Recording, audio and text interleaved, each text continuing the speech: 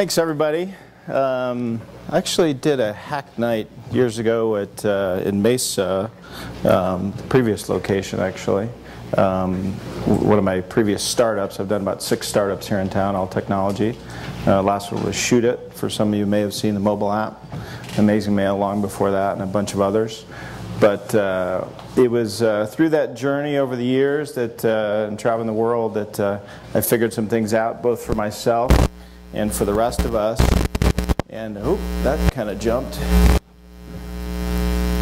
about that.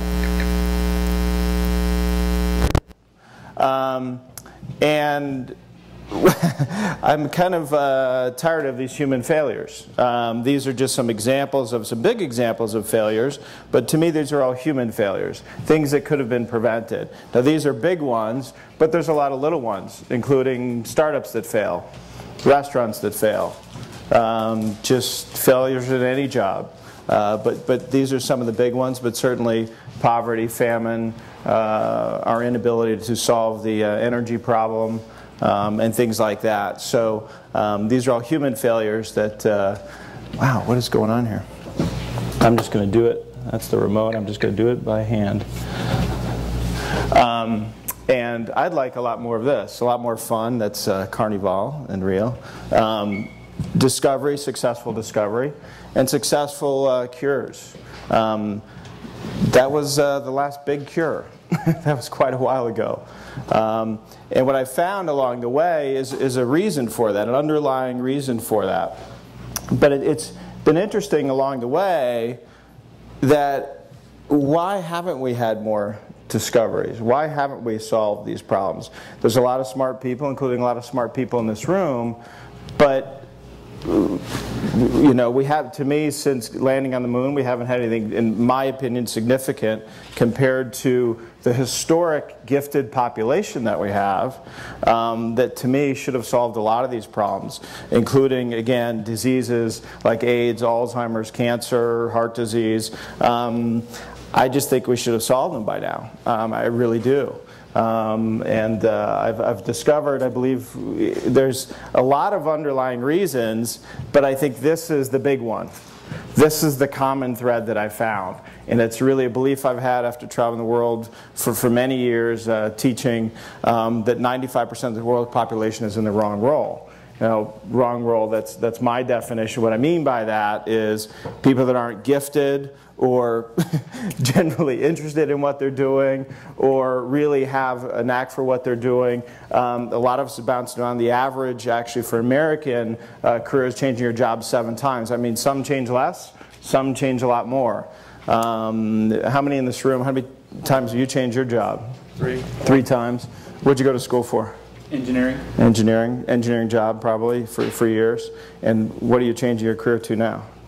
Interview coaching and career coaching. Okay, big difference, big switch. That's a common thing. How many of you guys in here now, everyone here's probably been in technology for most of your career? Yes? But change jobs, always coders, always networking, always, does it vary? Yes, no? Most people in here are probably have it a little more figured out. That's probably why you're here. But it's very common, and I'm sure you have friends, family, colleagues that, again, went to school for something, weren't sure what they wanted to do, changed that major, went into something else.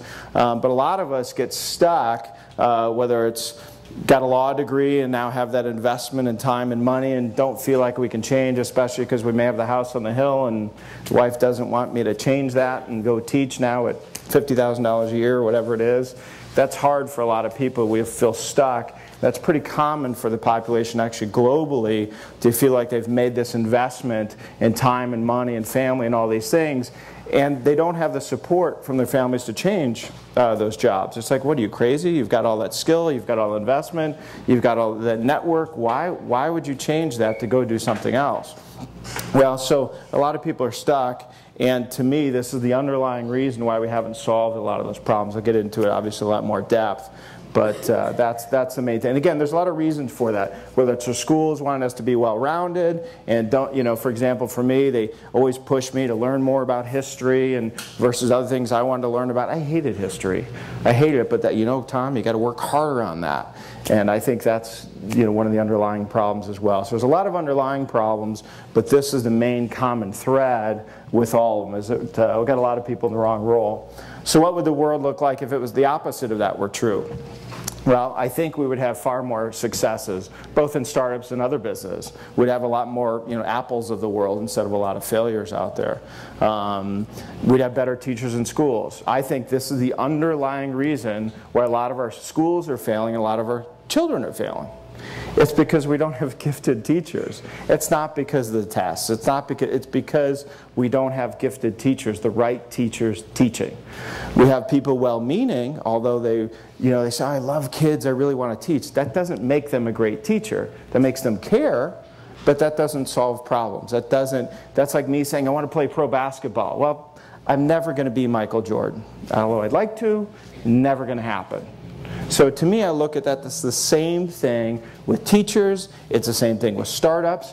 You know, we've got developers that want to be CEOs, we've got marketing people that want to be CEOs or developers, and we've all experienced that, but that's to me, and I've been part of 6 of them here in the Valley, of startups that fail, because although people are well-intentioned and want to run part of it or take over part of it, they're in the wrong role. Including myself, I've done it. So that's why we have, to me, a lot of failures, but if we switch that around, we can have a lot more successes. So yes, I believe we could have solved a lot of the problems. So a lot of people believe the problem is that we don't have, a big word is engaged in HR and organizational development. We talk about getting people more engaged and care more about the company and the mission of the company. And that's the best they could do, which is kind of funny. But studies have shown, actually, that getting people, quote unquote, engaged, there's been millions and millions of dollars spent in this area on getting your employees engaged. And caring about their work and having their bosses care about them. They've actually shown for a 15 to 20% jump in productivity, and turnover's gone way down in the companies that have been able to do this. But to me, that's kind of a laughable point. But some people, and I'm sure many people in this room, believe it's about passion. And a lot of people do, and I think, again, that's great. But using the teacher example as well, that may be passionate about kids, I don't know if that's enough. For me, it's not. Passion's great, don't get me wrong, but I don't think that's quite the right answer. Other people believe it's more about creativity, imagination, and ideas. Okay, it's about the brain and our capacity and the potential of that. Okay, there's a lot of great ideas about that. But what if we could have the best of both? And not just both, but the best of both. What if we could really capture our natural imagination, the real power of our natural imagination, the really talent, if you will, of our brain power, which I believe we all have, which I'll get into, and the heart? What if we could engage both, which I believe we can? And you'll see I'm actually an idealist by nature, so I'm always looking for the best answer. So this is something I learned about myself on my own journey, that I am looking for the best answer. But why shouldn't we be? Are we okay with the status quo? Are we okay with people in poverty and not solving the energy problem? To me, that's the status quo. Why aren't we reaching higher? Why aren't we setting the bar higher? So to me, setting the bar higher means looking for the best within us, both our natural capacity and potential of our minds and our heart, and taking care of both of those. So how do we do that? So what I believe and what I found is our GNF, our Greatest Natural Fascination, which I'll get into in detail, really ties the head and the heart together in the most profound way. So I refer to that as our GNF, but it's our own fascination, which I'll get into detail, that really changes the game here. And I've got a number of examples I can go through. So to me, if we do that, if we pursue that versus just pursuing a passion, if we pursue our greatest natural, our own unique fascination, which I'll get into, if we pursue that, I think the game changes. So instead of putting the heart first, again, well-meaning, I think it's a great idea, but I think it's a little off.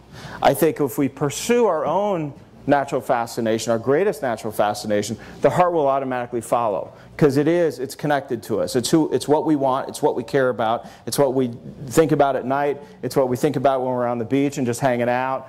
our minds go to a particular place because it's part of who we are. So I believe that the heart will naturally follow. So to me, it's like a corporation. If you guys are going to set up a business, you don't concentrate on the profits. Okay? The profits are the natural outcome. Okay? So to me, passion is the same thing. Focus on the product. Focus on what you need to be doing, and to me that's the greatest natural fascination, and the heart will follow. It will naturally come along and you'll love what you do. Don't worry about what you love to do. Focus on your fascination. I guarantee you'll love what you do. So to me, we've been a little off on what our focus is, and so to me, instead of it passion, focus on your fascination. We'll get into that. That changes the game. So I'll walk through how we do that in 2 easy steps. The concept is actually easy. It takes a little bit more practice to get into it though, because it's really changing the game here. So the first thing is realize that each one of us has been uniquely created to solve very specific problems. Okay? And I actually use this, I'm using this for Ignite, by the way, which I'm presenting next week. It's a modification of this. But I don't quite honestly believe we're all here to solve problems. But I do believe we're all here for very specific reasons. Some of us to be great dads, to be great moms, to be great teachers, not necessarily to solve problems, but to do great things in the world. I truly, truly believe that. I'm not one of those who just says, hey, we're all destined for great. I do believe we are uniquely created. Each one of us has something to give back. And I think that's tied to our fascination. Okay, and I'll get into that in detail. But step one is figuring out what that is. Most of us have no clue what that is, because we're so busy with work, we're so busy with our lives, because of school and other societal community commitments, they push us along the way and we're focusing on other things. For some of us it's technology. For some of it's that startup, and believe me, I've done it. I get going down that road because I got to make money and I got to do this. But that's what happened to me. Actually, about 12 years ago, I hit a wall after about my third startup.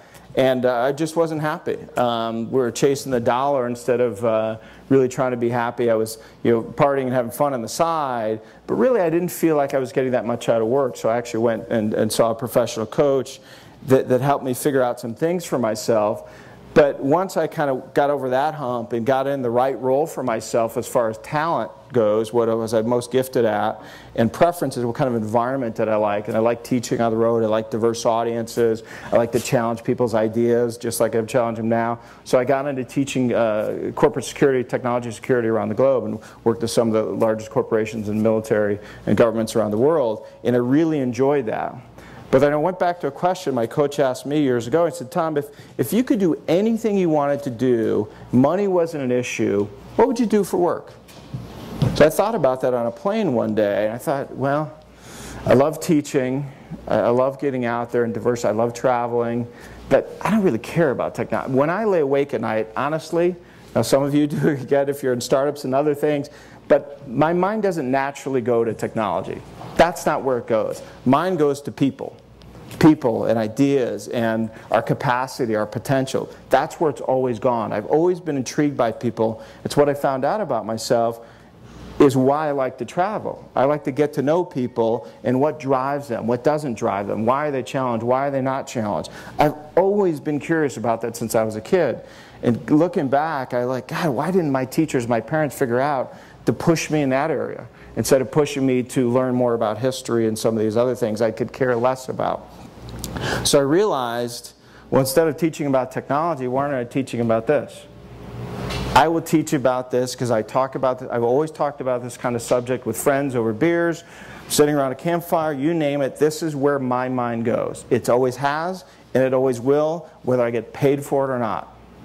So why don't I get paid for it? And then I started to figure that out and think about, that's actually what all the greats do. That's what Mozart did. That's what Einstein did. That's what Steve Jobs did. They go where their mind naturally takes them. Okay? So that's the first step. You've got to figure out, sit down, where you're most relaxed, your best place, the best place you like to hang out, whether it's the park, whether that's sitting in a hammock, whether it's on the beach, whether it's on your patio, your backyard.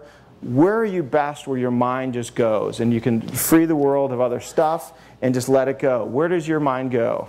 Even if everyone in this room thought about the same thing, we all thought about Twitter as an example. People are fascinated by Twitter. I guarantee you we all think about different things. I don't care if it's birds, I don't care what it is, we all have our own perspectives that we bring into it. We ask ourselves different questions about that topic. It doesn't matter what it is. It's just the way we are, the way we're wired. Our mind thinks about it from different perspectives. So that's the first step, is figure out what your greatest natural fascination is. What do you uniquely think about, and from what perspective? And then I'll show you how we start to solve problems through that. So step 2 of that, though, is putting your top natural talent, your best talent, not just any talent. We're all smart, we all have brains. Not just any talent, your best talent, okay? And your preferences. And I talk about personality preferences. Who here has done an MBTI? Myers-Briggs? Okay, that's the kind of thing I'm talking about. Who's done StrengthsFinder? Stuff like that, or Colby? Those are the kinds of things I'm talking about. Your strengths, your personality preferences. For those of you who have done it, there's some great work out there about that. But getting in your sweet spot, if you will, the kind of environment. Again, I like to travel, I need diverse environments, I need to challenge people. Those are all important. So if I can leverage your top talent and your personality preferences in service to your greatest natural fascination, that's how we change the world.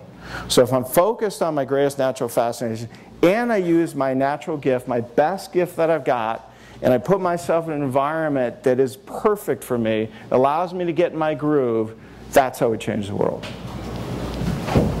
I'll give a very specific example.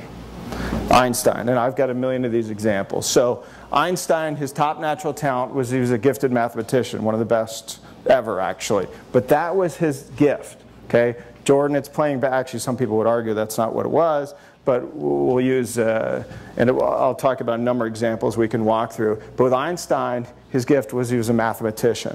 His preferences, actually using, for one example of his preferences, for Myers-Briggs, he's an INTP, which means he's introverted, he's intuitive, he makes decisions based on black and white, he's very analytical, but he's very flexible. So the driving force in his life, or actually an ENTP, is about understanding the world. Well, that makes sense. So since he was a kid, he always wanted to understand the world, but from a very theoretical standpoint, abstract standpoint. Again, introverted, quiet, logical. But the key is he was allowed to be himself.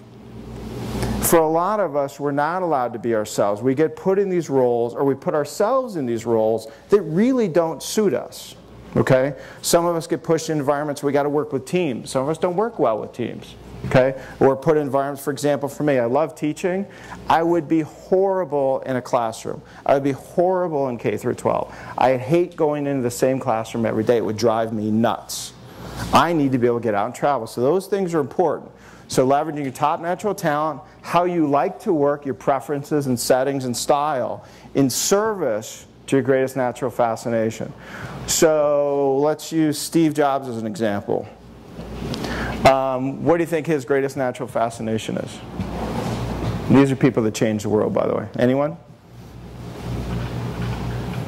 Now, I don't know Steve personally, but my guess is, nah, it's more than that. It's pretty specific. It's actually about elegant design and the user experience. He has changed the way we interact with things. But he just didn't want to make it for functional sense. It's about elegant design. It's about usability. It's about making it easier for interaction.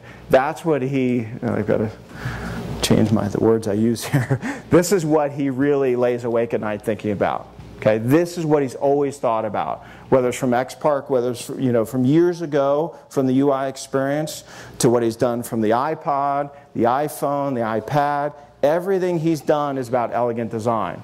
Okay? I don't know what his personality preference is, but what would you argue is probably his top natural talent is? The guy's, yeah? Guy's got to get amazing vision too, in strategy, messaging. There's a lot of things. I honestly don't know what his top talent is, but look what happened when he first started the company. He left and Scully was there, and then he came back. I mean, he changed the game. The guy's incredibly gifted, but he couldn't have done that with just anything. He was very fascinated by elegant design, and he's really changed the game for us. Who's another recent one? Oprah Winfrey, I think, is actually, she's a gifted, what would you say her top talent is? And there's an incredibly successful woman. What's her top talent? Empathy. That's actually a personality preference. Her top talent is educating and communicating. Those are really, so she just does it. Her preference is she does it in a certain way. For years she was actually a reporter, a beat reporter, and she wanted to educate, she wanted to tell the human interest story on the street, but that actually didn't suit her well. She suited much better in the form that she's in. And that's why she finally landed there and did it incredibly well. So she's a type of educator and communicator. She's perfect in the environment she's in, but what is she driven by? What is she really focused on is what's always fascinated her is the human condition and our ability to overcome problems. That's who's, you know, other than celebrities and things like that, those are the stories she focuses on. Not just fun, light stories, but people's ability to overcome tremendous challenges. That's what she cares the most about. And that's when she's the most successful and impacts the most people. That's when she's really in a groove. Okay? So if you look at any great, whether it's Pasteur, whether it's Salk, whether it's Mozart, the greats in the world, to me, focused on what they thought about constantly, and it was like a dog with a bone. They didn't want to let it go. Okay? And for some, it took them time to align this. They didn't think about it in this perspective, but that's what they did. We're really just learning this kind of stuff over the last 50 years. But tying all this together, to me, is how we change the game. Does that make sense? Any questions on that? Okay. So that's it. It's really pretty simple. So your fascination on fire is about paying attention to your GNF, your greatest natural your own fascination, and tying in and putting your top talent and your preferences in service to that greatest natural fascination. And that's when we make significant change. Okay? So it's about the focus. So one, it's about your fascination, and it's about lighting it on fire. And you light it on fire with your talent and preferences. Okay? So to me, we've got to put our passion in perspective. Again, great, but I don't think it's what we should be focused on. Again, teacher's the best example I could give. Although well-meaning, they care about the kids. Just because you care about kids doesn't mean you're a great teacher. Okay? A perfect example of that too, we have in our schools, where current schools are structured. Okay, you're a great teacher, you got the certificate. Now we need you to teach history. Well, what if she doesn't care about history? How good of a teacher is she going to be? Or math? So they read their curriculum? But how are they going to really make great kids and great mathematician kids if that teacher could care less about math or history or science? So to me, we've got it all wrong, and we've got to change that. So to me, when we do, we get less of this. We start to solve some of these problems. Start to really change the game if we change our focus. Okay? And that's what it's about. And then we get more of this. We change that dynamic, and not only do we get happy kids, but we get them into schools, we get them fed. And that's when we change the world. And the next generation is better, the next generation is better. But we got to start here.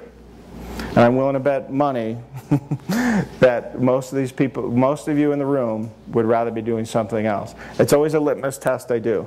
Very simple. I don't know you. If you could do anything, what are you doing right now for work?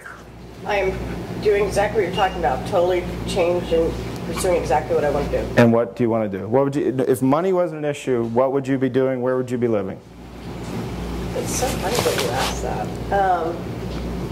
I'm an intuitive. Okay. But what would you love, if you could do anything, anywhere in the world, whether it's helping people, or just if you just want to live on the beach and surf, or you want to make clay pot, what would you be doing? Your ideal job anywhere in the world? My ideal job, well, I am where I want to be, which is Tempe. Okay. And I am doing what I want to do. Really? Wow, one of the few. And what is that? I'm an intuitive, so I just get together with people and share with them intuitively what Very cool. it is that they needed at that time. It really comes from them, not from me. Very cool. Very cool. And are you pursuing what you've always wanted to do? I'm not sure. Okay. Trying something. Very good. Anyone else? So if you could do anything, money wasn't an issue, you had enough money to do whatever you wanted, yeah. What would you be doing? I'm starting right now. I'm just like learning. My thing too would be probably, pursue the intuitive side too. Okay. Do something with that. But in what realm? And what industry? I would like to put like a company together, like music with self-development presentations together and collaborate it. Very cool. But, yeah. Okay. Is that what you're working on now? I am, yeah. Okay. Cool. On the side as a hobby, though. And that's what a lot of us do, and that's what I figured out. So I was traveling around the world teaching technology, but I was having these conversations on the side. I thought, well, that's kind of a lot of wasted talent and brain power. If I'm just having these conversations on the side over a beer, over a cocktail, sitting around a campfire, but I'm not putting that in my work, are we really solving those problems if it's just talk over a beer, right? But if we tie those two together, again, going back to Einstein as an example, if we really chase after that, if we dig into those burning questions that we each have, if we really chase those and really chasing down those bunny trails and really go after the questions that keep coming back to us since we were a child, we're the only ones asking those questions. So to me, we need to chase those. It's our responsibility. I believe that's our calling. It's our job to go chase that because no one else is asking those questions. Okay? Einstein was the only one asking those questions in the way he was asking them, and that's how he solved that problem. But if a lot of those questions, if you're someone who sits on the beach and you got a beer in your hand and you just happen to be watching the waves roll in, you go, man, the power of the tides and the waves, and God, if we could harness that, it could probably power a small city. But I'm a parts guy at the Mercedes shop down the street. We don't do anything with that knowledge. To me, that's where our brain wants to go. There's answers in there that we're just letting go by the wayside. I think this is one of the many problems why we haven't solved these, because again, this goes back to 95% of us in the wrong role. So we're not leveraging that knowledge that we have, that capacity that we have, that capacity we're naturally given. I truly believe we were given, and I'm not a religious person at all, I really believe each of us were given these questions to answer. We each have burning questions of our own. They're incredibly unique. They're very different. We have different perspectives on the world. Our mind goes there. Go there. Focus on that. That's how we solve the problems. I don't care if you're somebody who loves plants. Well, you love plants, there's a particular reason. Is it the color? Is it the makeup of them? Is it the growth? What is it? Is it about how they generate? Is it how they use the sun? There's something there. Is it about how they could possibly be medicine? A lot of us, our minds go in certain places, but again, we do it on the side. We do it as a hobby, and to me, that's our wasted capacity. That's our wasted talent. I think of that brain power as talent that's gone by the wayside, just as any other talent. So our historic population, our children, ourselves, I don't think have reached anywhere near our potential. And to me, this is why we haven't solved a lot of the problems in the world. We haven't been applying ourselves. We haven't been tapping into the great capacity that we have. Okay? And to me, it's if we, again, we've got our own burning questions, we need to chase those. Because we're the only ones who will answer them. Because we're the only ones who care. That's how we make great change. Don't you find that keeps coming up in our lives over and over and over again? It does. That's the whole point. So that's what I got to. I'm like, well, why do these questions keep coming back to me? And that's what I realized for we all have that, but most of us ignore it. Now, I would argue most of the people in here are far more enlightened than the average Joe, and a lot of us have probably worked through that. That's why a lot of us are probably here at Gangplank.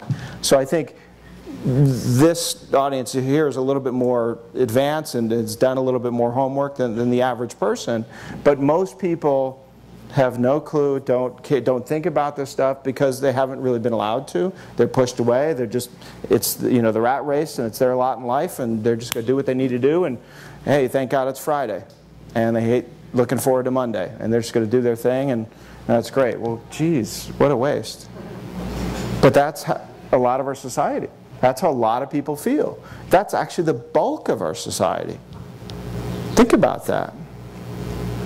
So if it's really 95% of the world's population is in the wrong role, what percentage of the population really is doing what they were here to do to help change the world and really make a difference? I think it's a small number. So no wonder we haven't solved a major disease in a long, long time. No wonder we haven't found the solution to the energy problem. That's someone else's problem. That's not my brain doesn't go there. I go to people and ideas and things like that. But someone out here, somewhere out in the world, I guarantee you, he's probably doing claims adjusting in Iowa, but maybe have the solution to the energy problem. But he's too busy doing, claims adjusting. Oh, got the next one. Okay, but so I really believe that, and that's how we need to make change. So now what?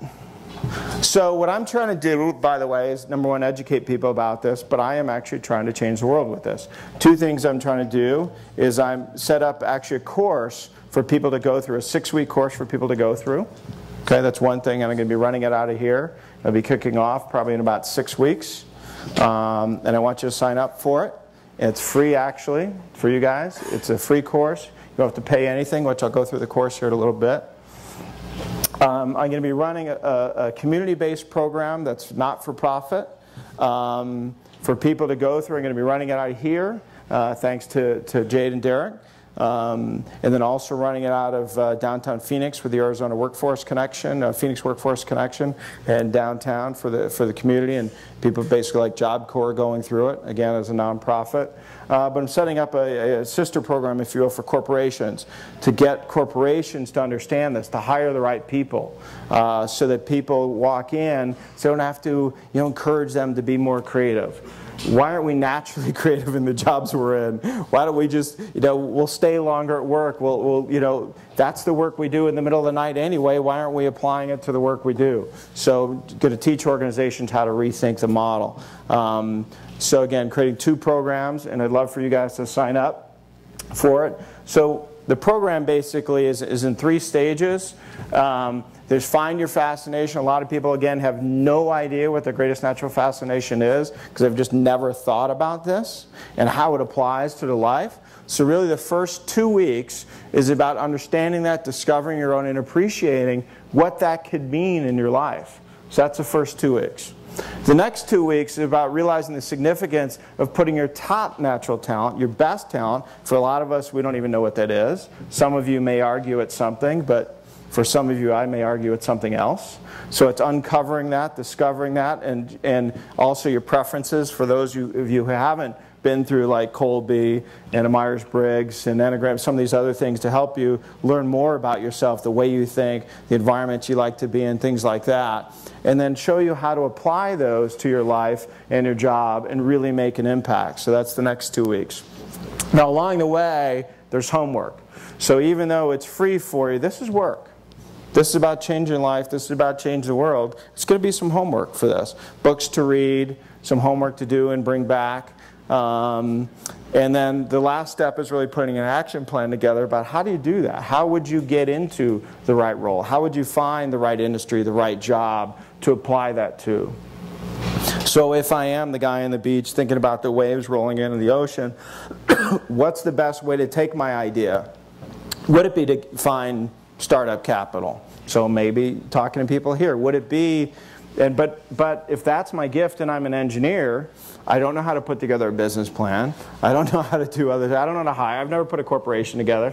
Well, that's part of it, and helping people understand, well, if that's not your talent, don't do that. Work with people that can do that, or maybe work for companies that, so it's an action plan about how to take that new information and go take it somewhere and make change.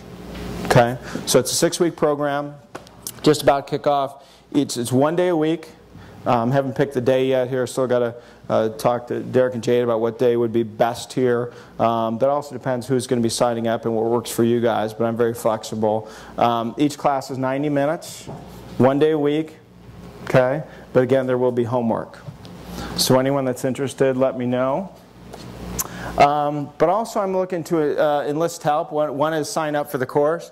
One is join the Fascination Nation. That's actually a movement I'm trying to create. It's just really a community to get people talking about this, thinking about this. And you can go to thefascinationnation.com right now and pre-register. Just put your email address in. Follow me on Twitter, which is Fascination Fuel. and just start thinking about this. I'm going to build a community to start this conversation and really get people thinking about it. And then I actually need help building this out. Again, I know where my talents lie, I know what I'm good at, but because I want to be part of the community and I'm going to be working out here, I'd like to enlist some help from you guys that are gifted in areas that I'm not. I need help with branding, I need website development, I need community development, people that are really good at online social media, mobile app development, building. I've already designed some mobile apps to you know, how do you find that fashion? Remind yourself to do these things. So there's a lot of work that needs to be done, and I'd love to have your help. Okay. Questions? Yes. Is the course free for everybody or just people in here? Like, should I tweet that or no? It is free for everybody. Everybody in the community, whether it's here or downtown, absolutely will be free. Okay. Okay. Again, the only charge not for the course for books you have to buy, which only handful. It's about $50 in total. Mm-hmm. It's a few books and a few of the tests, like an MBTI, Myers-Briggs Type 1 you take, Strengths Finder, ones like that, just to help prove out some of these things. Very inexpensive. The course itself is free. And where do people go to sign up? Right now, have them go to fascinationnation.com. I need to build out the site for Fascination on Fire for the actual coursework, but for now, they can just go there or have them, tweet me or send me a direct message. Okay. Okay. So this is really kind of a pre-launch or just getting people to know about this. So we haven't kicked it off yet. A little early. That's why I need help. A little help building some of this out.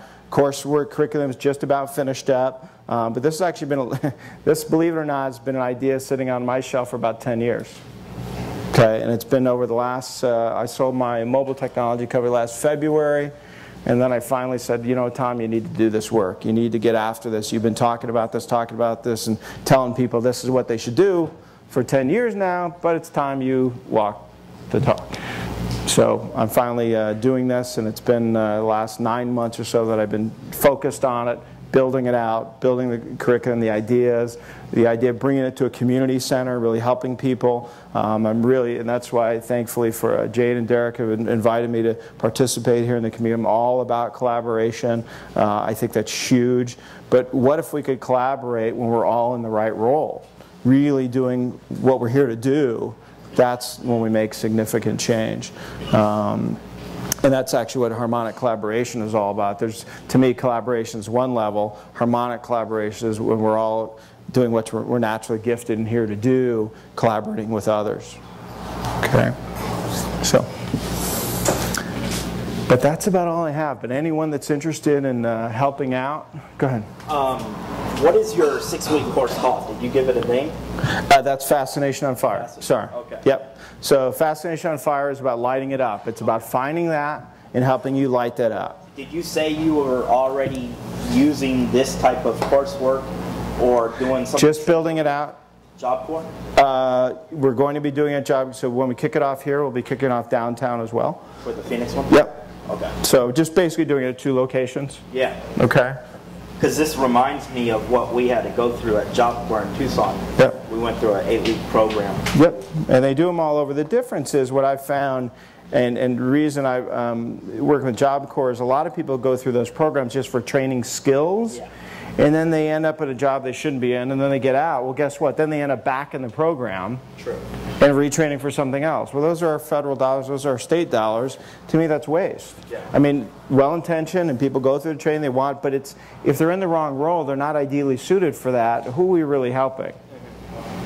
So, although there is a positive, because they do teach you that beginning of the 8-week program of the employability skills. Right. But the skills are like, your social skills, your etiquette. Sure, which are great. Yeah. But let's also figure out, for a lot of us, our schools, our parents, other people in society didn't bother to take the time to figure out what natural gifts you may have. Where your mind naturally goes is also a gift.